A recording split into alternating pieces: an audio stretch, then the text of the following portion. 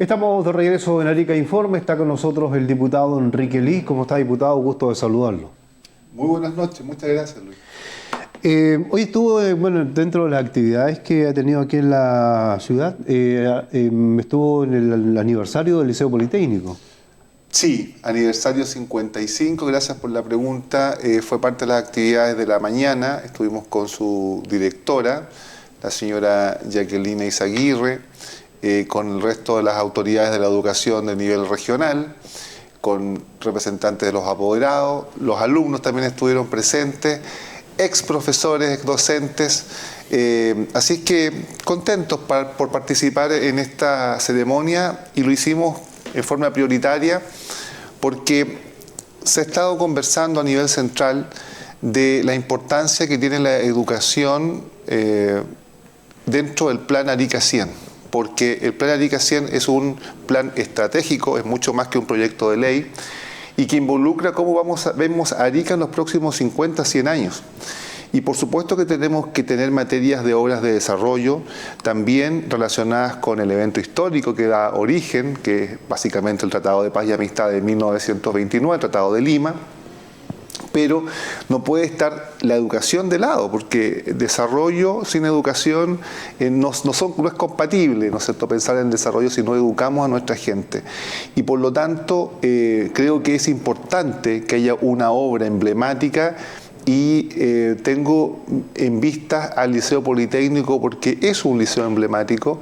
Tiene 55 años, o sea, en estos casi siglos en que Arica está en territorio bajo jurisdicción y administración del Estado chileno, buena parte ha estado el Liceo Politécnico, ha salido muchas generaciones de alumnos de ese liceo que hoy día ocupan importantes puestos en la industria, en el servicio público, etcétera, y generalmente nosotros recordamos al Liceo Politécnico y se nos viene a la mente su banda histórica que la tuvo en algún minuto, un gimnasio precioso que hoy día está clausurado hace ya casi 4 años, y tenemos que recuperar ese liceo. Así que son conversaciones que las tengo en el nivel central. He conversado con el ministro Cataldo, con sus asesores, y dentro de estas obras emblemáticas del Plan Arica 100 tienen que ir obras relacionadas con la educación, y yo creo que sería muy bueno recuperar el Liceo Politécnico. Es cierto que se ha invertido, no hay que desconocerlo, poco más de 1.000 millones de pesos recientemente, pero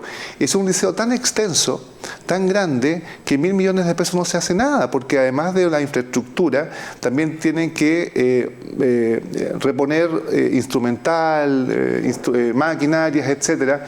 Así es que le vamos a pedir a nivel central que se ocupe de este Liceo Politécnico, emblemático, son ya 55 años, y en lo particular la próxima semana voy a ir a las comisiones de educación y deporte, porque creo que ese gimnasio no puede estar.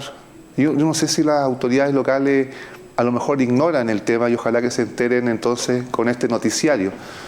El gimnasio del Liceo Politécnico está clausurado, está cerrado hace más de 4 años. Eso no puede ser, no puede ser.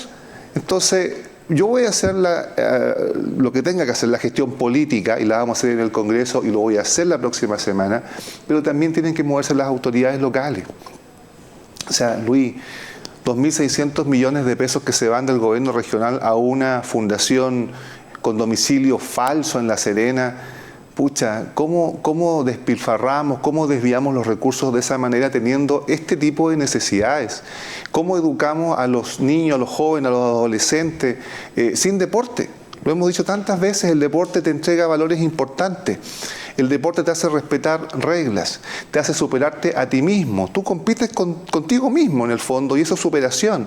Es alejarte de vicios, de drogas de distinto tipo, porque cualquier persona se da cuenta que su actividad física y mental disminuye cuando tú consumes estupefacientes o alcohol o cualquier tipo de drogas. Entonces cualquier persona dedicada al deporte sabe que no puede caer en estos vicios porque va a disminuir su rendimiento, te hace respetar el esfuerzo del otro que tienes al frente, porque tú sabes que él está haciendo también, o ellos están haciendo el mismo esfuerzo que estás haciendo tú.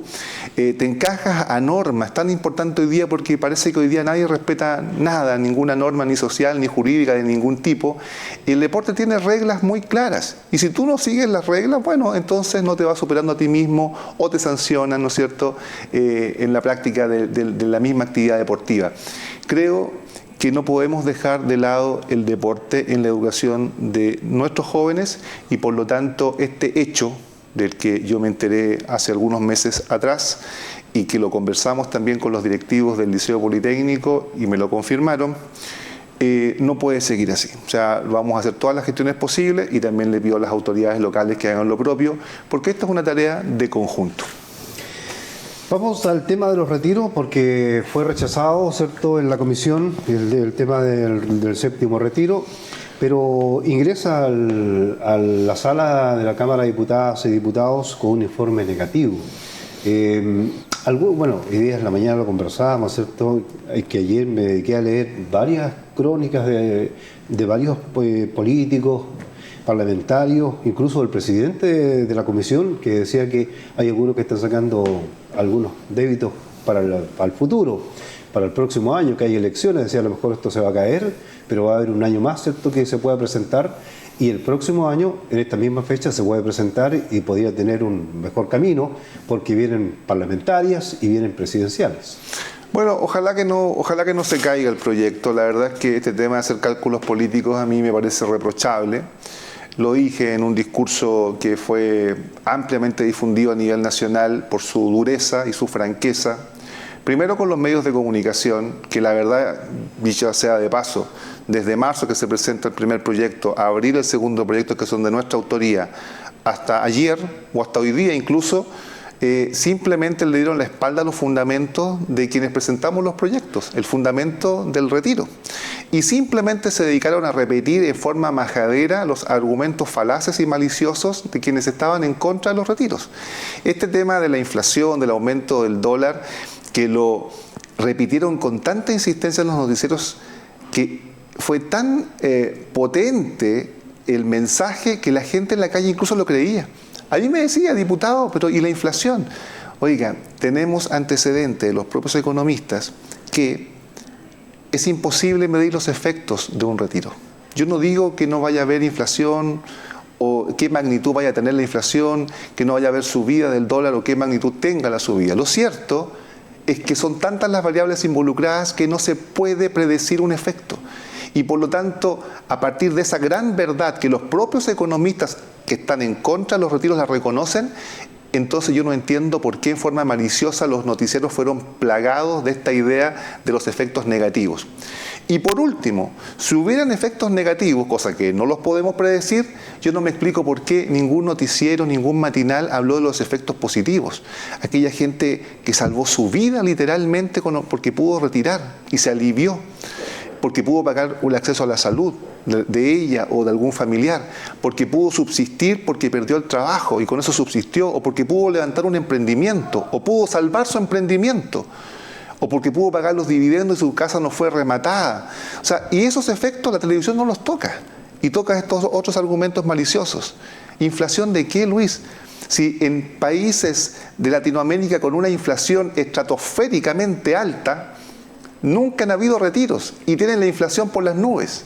Y por otro lado, países cercanos como Perú, que han tenido muchos retiros y que la inflación es una inflación leve, moderada. Entonces, ya a estas alturas, que los diputados que estén votando en contra te argumenten inflación, subida del dólar, a mí me parece que realmente es estar jugando con la inteligencia de todos los chilenos y sobre todo, peor aún, con la inteligencia de quienes votaron por ellos. Porque fíjate, yendo al tema del dólar, que es la variable más objetiva con respecto a la inflación. Si el dólar sube, los precios de los productos, la mayoría sube. Bueno, los propios economistas que están en contra, tenemos el oficio, lo tengo yo y también lo tienen los otros diputados. El propio superintendente de pensiones dice, el dólar en el segundo retiro, por ejemplo, no subió, bajó 70 pesos. Y eso argumentando de que es imposible predecir los efectos en el precio del dólar. Raya para la suma, a todos ustedes les pido, ojalá a nivel nacional llegara esta nota, ¿no? Que hable con sus diputados y no solamente les exija que voten a favor, sino que si votan en contra, que argumenten el voto en contra. Porque hoy día este tema de la inflación y los efectos negativos no es un argumento válido, es más bien un argumento malicioso. Y por último decir, efectivamente se va con un informe negativo, pero muchas veces proyectos que han llegado con un informe negativo a la sala finalmente se aprueban. Y este es el caso, ¿por qué? Porque en la comisión los diputados presentes tuvieron alta presión de sus partidos políticos. Eso normalmente no ocurre en la sala general, porque en la sala general hay más independientes. Así que está difícil la tarea, necesitamos alcanzar 88 votos, pero lo podemos lograr, porque es algo necesario, porque es algo justo. Y por último, si alguna de todos estos argumentos a alguien todavía no le ha quedado claro, decir uno último. No estamos pidiéndole plata ni al Estado, ni le estamos pidiendo plata a las corporaciones, ni a una empresa, ni a un servicio público. Lo que la gente quiere en forma muy digna es simplemente ocupar parte, ni siquiera toda, parte de un esfuerzo que es propio, que es personal, que es el ahorro fruto del esfuerzo, del trabajo. Y me llama mucho la atención y felicito a esa gente que es muy digna también y que dice: diputado, nosotros ya no tenemos fondos que retirar, pero estamos con usted y estamos apoyando porque es la libertad de cada persona. Y nosotros cuando tuvimos la oportunidad de retirar nos sirvió muchísimo. Y no voy a hacer ahora yo, que no tengo la posibilidad de retirar, que le prive a otra persona que necesite de que retire. Por una sencilla razón, esa plata es de esa persona, es de su propiedad y de nadie más.